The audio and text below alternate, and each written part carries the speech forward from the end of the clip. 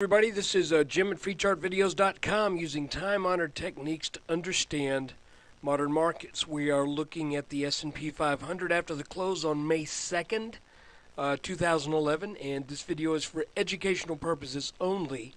It is not intended to be any form of investment advice. I can draw lines on charts, but you have to draw your own conclusions from your own due diligence and make investment decisions that are suitable for your financial situation. I'm not a licensed professional, just a guy that draws lines on charts.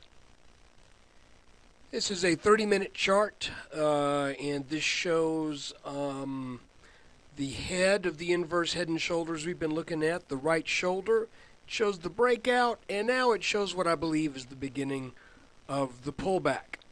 And I mentioned that it appeared that there was an ascending wedge working its way up out of this breakout move, and ascending wedges cannot go up forever.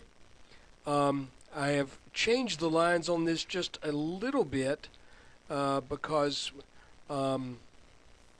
just tweaked it a tiny little bit. But to make a long story short, I was starting down here, but I went with that because this was really when that strong move took place, and you can't always stick with the lowest point in a pattern that was in place before the breakout. We can come back to this later, but this just didn't line up with anything. But if we move in now to, let's say, a 10-minute look, you can see, and again, the bottoms aren't perfect here, but that looks to be about it. We got a touch on this top line again this morning, and then it broke down, kind of did a half-hearted pullback, and then the market started selling back down. So what are we looking at? Well, first off, we're still, I'm still maintaining the target from the inverse head and shoulders in the upper 420s to as high as 1430. But that's not, I don't think that's going to be what's going to happen before we test support. And we broke out over three lines of resistance. This green line right here is the old 1344 high back from February. This line is the neckline, I believe, of the head and shoulders. That may have gotten bumped a little bit. And then we had another line here that is drawn over the top of the 1344 high. Well, heck, I'll just show you. Here's the neckline.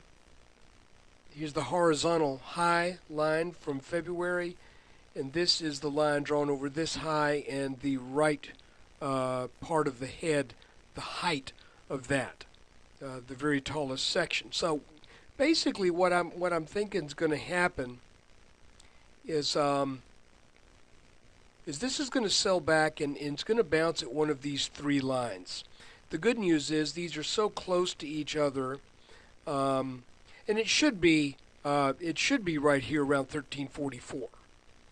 Well, here's the deal. I hope this takes a couple days to happen, because I was in one of my IRA accounts. I'm in a T+3 trading plus 3 days before settlement, and I sold some stuff this morning, and I don't want this to slam down and then head back up quite yet. I would rather this move down for a couple days and then begin a move up on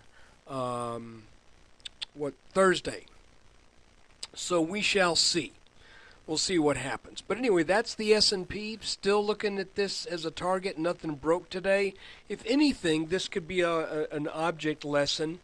I was on another stock board earlier in the day, and in the pre-market, and these people saying this is going to be a Dow up 300 day. We got Osama bin Laden, and the S&P is going to go up to 1400. I mean, just all this crazy talk.